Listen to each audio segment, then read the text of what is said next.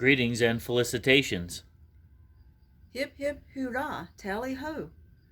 Hey, baby doll. Hey, Puddin'. Tonight we're going to talk about Star Trek, the motion picture game. It's curious, it doesn't say the motion picture anywhere on it. It's just called Star Trek the game. So if you look for it, oftentimes you won't see the motion picture mentioned, but it was produced in conjunction with the motion picture from 1979. Milton Bradley Corporation. I love the artwork on this box. Being Star Trek board game collectors, one of the things that we love of the games of yesteryear is the artwork that's on everything. Yeah, very detailed pictures of the characters.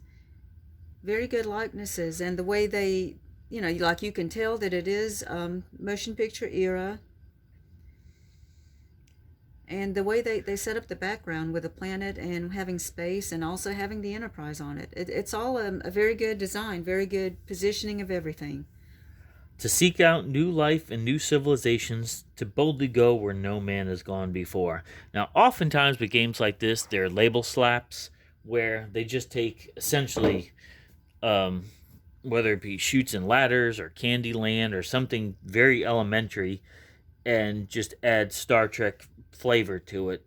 This one is a bit different. It does have some nuances that make it very clearly Star Trek. One of the things we love about it are these little playing pieces. They're little enterprises, and they're the refit enterprises. So Milton Bradley had to go to the effort of molding these pieces. They're plastic, so like they're not that durable, but they're good enough that you can use them, and you can handle them, and they're nice looking. It's better than the pawns that you would see of games of that era, Sorry and things like that. Yeah, where it's just a general piece, right? Another thing to mention is this board is quite large. You really can't see it on your screen, but it's a good, I'd say 2 feet by 2 feet, much larger than a standard board game board. Now, when you look at it, it actually folds up, but these are modular. These are called the space sectors. Are every time you play with a different pattern. So this is when you fold the game out, it looks like this. Again, more great graphics. And they had to go through the efforts of making it like the motion picture. So it's not like they just took old graphics from the TV series. Beautiful artwork on here. So you're going to start the game by picking a color. There's 4 colors to choose from: red, blue, green, and yellow. And you put these little tabs inside the board, and then the players blindly pick up the pieces. You shuffle them around, you pick up the pieces, and then you're going to slide them. So you're taking these pieces and you're laying them out. So every time you play the game, it literally is a different game, because your space sectors are going to be different. They're going to be going... this kind of reminds me in a way of Catan. You know how with Catan you have to flip the pieces over? Yes, yeah. So it's I'd say this is a forerunner. Nobody ever gives credit to this game being such, but every time you play it, it is a little bit different. And for a game from this time period, that's pretty amazing to put this much effort into the design as well as the game mechanics. So you can see how there's a path on each of these, and see from one sector the path. Like the path has a line that goes to the next sector, and all of them have lines that connect, going from one sector to another, right here, just like that. So it's pretty neat. No matter what order you put them in, they're going to connect. So let's say, I'm sorry, this is the goal of the game. We'll start with the goal. The goal is to complete 3 mission cards. So there's a stack of mission cards here. Everybody gets 4 mission cards. You have to complete 3 out of the 4. So, for example, I pulled these mission cards out. I pulled out Control 3 C stars at the same time, control 3 A stars at the same time. Klingon agents incite rebellion in your space sector. Control all 5 of the stars in your space sector. Bring peace to the United Federation of Planets. Or explore a white dwarf star. So I'm going to show you how we can do that. This is a good example of different varieties of reaching your goal. So everybody starts on their space station based on their color. So there's green, blue, yellow, and red. These two are planet Earth and planet Vulcan. Your mission cards are going to have flavor text based on your missions. Your star cards, these are going to come into play constantly. And I'll show you how they come into play with reaching your missions. What you have to do is you simply roll a dice and you follow your number of dice rolls. You have to stay on the path of the same color continuously until you go into another sector which changes colors. Now, for example, I start on green. I have no choice. I have to stay on the yellow path until I go into another sector where I'm able to switch colors. Whereas, let's say I started over here. Let's see, blue. Blue on this game happens to be either a choice of red or yellow path. So every time you land on a star, and you don't have to land on the exact same number, it's roll and move. You're going to be wandering around space until you land on a star. When you land on a star, you pull a star card. Your star card is going to tell you something. Okay, you now, let's just say for the sake of argument, I rolled a bunch of dice and I've got a star. That's a star.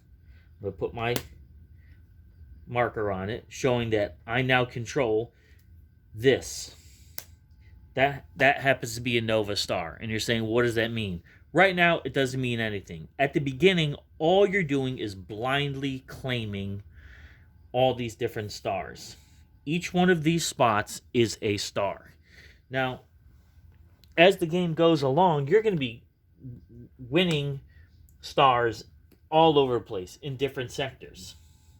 Your card might not be a star, though. This one happens to be a white dwarf. And then let's say I gain a star over here. And this one's going to be a neutron. So I look at the sector. I line up that's a C. So I put this card on C.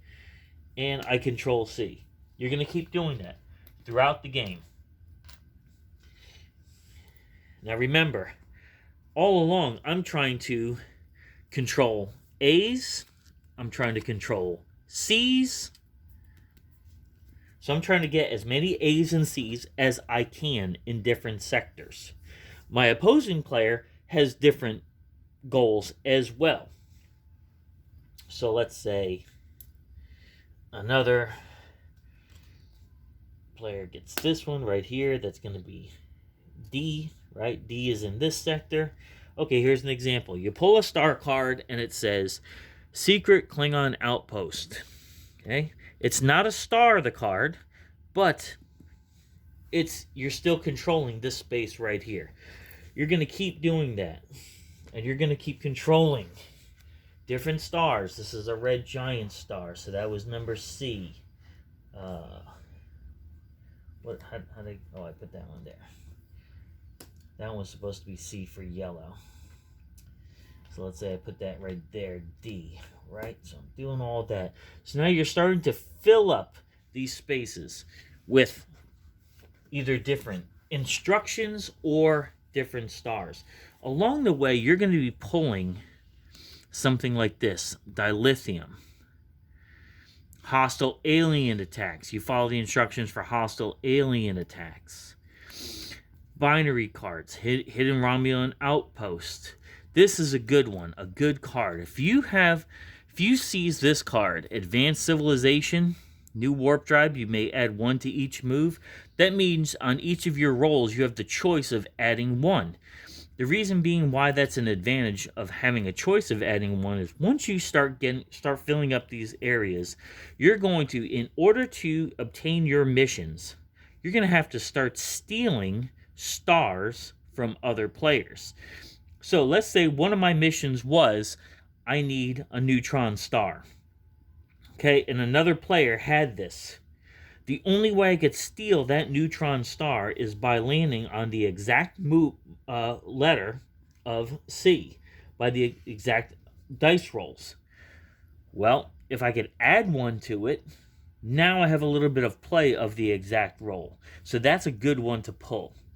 You are essentially rolling and moving along these star paths until you can make 3 missions. Once you make 3 missions, then you have to work your way back to your home planet. The tricky part is you could only follow paths along the same colors. That's why you have to switch at certain points, go into different systems to change the color paths. Now, if you want to move closer to your home, you roll doubles. When you roll doubles, you can let me back that up. If you want your opposing player not to get closer to home, you can.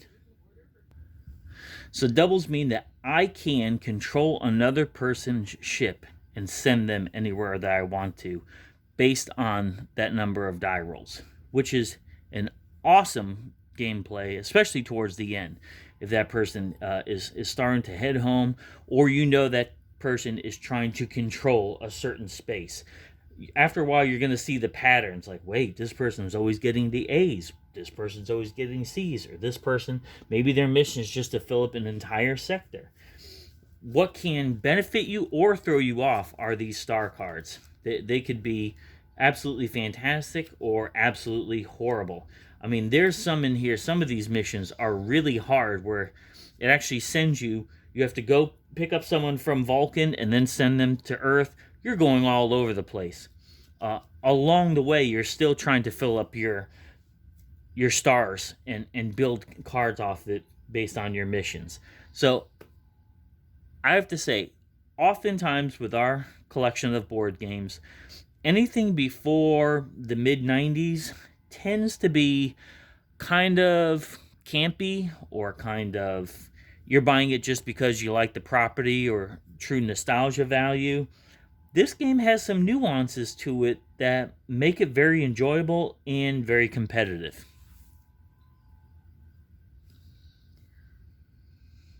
It was an interesting game. I like how it does relate to Star Trek. It has missions. You have the little ship token that you move around. You're exploring space. Yeah, it's basically about exploring space and seeing what you find there. And it has Klingons and Romulans. What was strange about it is that you're sort of competing. You're sort of like when one ship charts a, a star, you claim that star, and then another ship can sort of take it away from you. I mean, that's not a Star Trek. You know what? Now that you're saying that, we've made the comparison with Star Trek Catan before. Star Trek Catan, we said the same thing. You know what Yeah. I mean? You're like with Star Trek Catan, it's not a unified federation. You're actually competing for areas in Catan, for building up areas. This one, you have competing missions, and you can push back other ships in certain scenarios. So I think that's one of the hardest parts about Star Trek games in general, is because the show is all about cooperation. But games, it's very difficult to have any sort of game if you don't have a competitiveness about it within the Federation, that is to say. Right. They should have the games where it's Starfleet against Klingons or Yeah, like Romulans. Ascendancy, something like that. Yeah. Yeah. For one of the earliest Star Trek games out there, I have to say this is the best of the batch probably because of replayability. It never gets boring. The board. Number two, the cards are so random. You could either love that or hate that, depending on how you pull, because there is dice rolling. So I know that those are factors of randomness that some people really don't like. But it does have strategy behind it because you still have to work with what you have, and you have to pace yourself out within different sectors and trying to strategize That's why it gives you 4 missions. You have to pick 3 of the 4. There might be one mission on there that's it's so far off you won't be able to get it. So you have to figure out which one of the 3 out of the 4 is better off for you. So I'm definitely giving this a thumbs up. It's worth a replay. It's worth multiple replays. It's a fun game.